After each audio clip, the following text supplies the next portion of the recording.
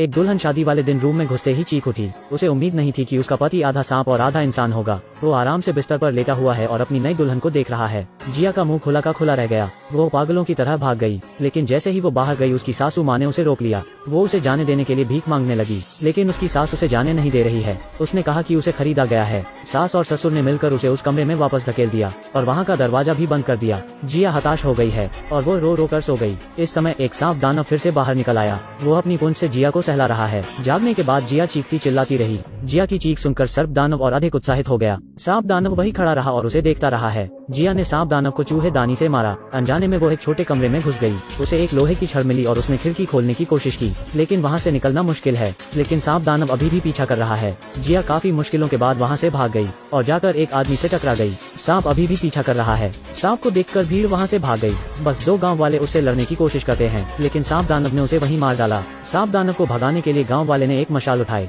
अगली सुबह जिया अचानक से ही डर गई। वो थोड़ी सी बात में बस डर गई थी। दूसरी तरफ उसकी सास एक डब्बा लेकर सांप दानव के पास गई। उसने उसके टूटे हुए दिल को दिलासा दिया, लेकिन सांप दानव 40 साल से अकेला है। वो गुस्सा हो जाता है, तभी डब्बे में से एक चूहा बाहर आता है। वो उस छोटे चूहे को उठा लिया। ठीक उसी समय जिया के सास और ससुर बात कर रहे हैं कि वो लोग एक नई दुल्हन खरीद लाएंगे, लेकिन तभी किसी ने दरवाजा खटखटाया। उन्होंने दरवाजा खोला और देखा कि बाहर जिया खड़ी है। वो दोनों ये देखकर दंग रह गए। उसने कहा कि वो फिर से नहीं भागेगी। वो देर रात दूध का बर्तन लेकर जा रही है। उसने चुपचाप से उसमें एक द्रव्य मिलाया। उसने दूध को सांप के बिल के पास रख दिया। सर्प दानव बाहर आया और जल्द ही सारा दूध पी लिया। उसने पीछे मुड़कर जिया को देखा। वो जब गुस्से से जिया की तरफ आगे बढ़ता है, अचानक उसके शरीर से एक चमकदार रोशनी बाहर आती है। वो कुछ ही समय में गिर जाता है। जिया मुस्कुराई और दरवाजा खोला। वो काफी खुश लग रही है। जल्द ही एक सुंदर आदमी ने दरवाजा खोला। जिया को पहली नजर में उससे प्यार हो गया। वो उसकी छाती को सहलाते हुए उससे बात करने लगी। वो कहती है कि वो उसका प्यारा दूल्हा है। दरअसल गांव के मुखिया ने जिया को एक रहस्यमय बोतल दी है। उसने बताया कि वो एक इंसान ही है। उसने जिया को सारी सच्चाई बताई।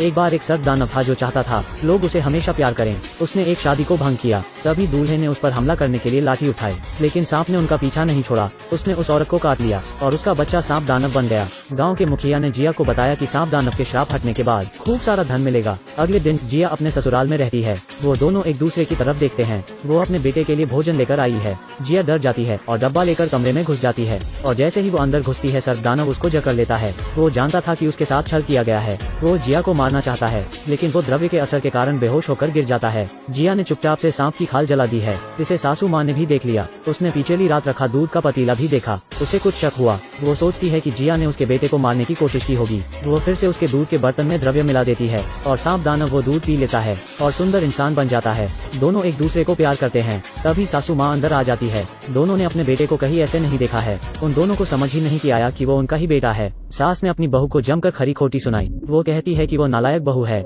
जिया उन्हें सच बताती है। यह सुनकर उन दोनों को यकीन नहीं हुआ। सांप आदमी वापस अपने रूप में आ जाता है और उसे गांव वालों ने पकड़ लिया है। गांव का मुखिया आया और उसने सांप दानव पर हमला किया। इससे दानव शांत हो गया। उसने ग्रामीणों को विदा किया। उसने उसके पिता को बताया कि आज पूर्णिमा की रात है। उसके पास एक उपाय है जिससे वो सर्प दानव को श्राप से पूरी तरह छुटकारा दिला सकता है। परिवार रात तक इंतजार करता है। जल्द ही चंद्रमा पूर्ण होने वाला है। उन्होंने नाक को नीचे रख दिया। मुखिया ने उसे एक रहस्यमय द्रव्य खिलाया। मंत्र की ध्वनि के साथ सर्प दानव जाग जाता है, लेकिन सर्प दानव जो अभी अभी उठा गुस्से की स्थिति में है। वो काफी भूखा है। उसे शांत नहीं कर सकते। सर्प दानव के शरीर में से अजीब सी रोशनी बाहर आती है। उसने जिया को काट लिया। सर्प दानव जमीन पर गिर गया और जिया बेहोश हो गई। उसके पति को श्राप से छुटकारा मिला, लेकिन सांप के काटने की वजह से जिया अब सांप दानव बन चुकी है।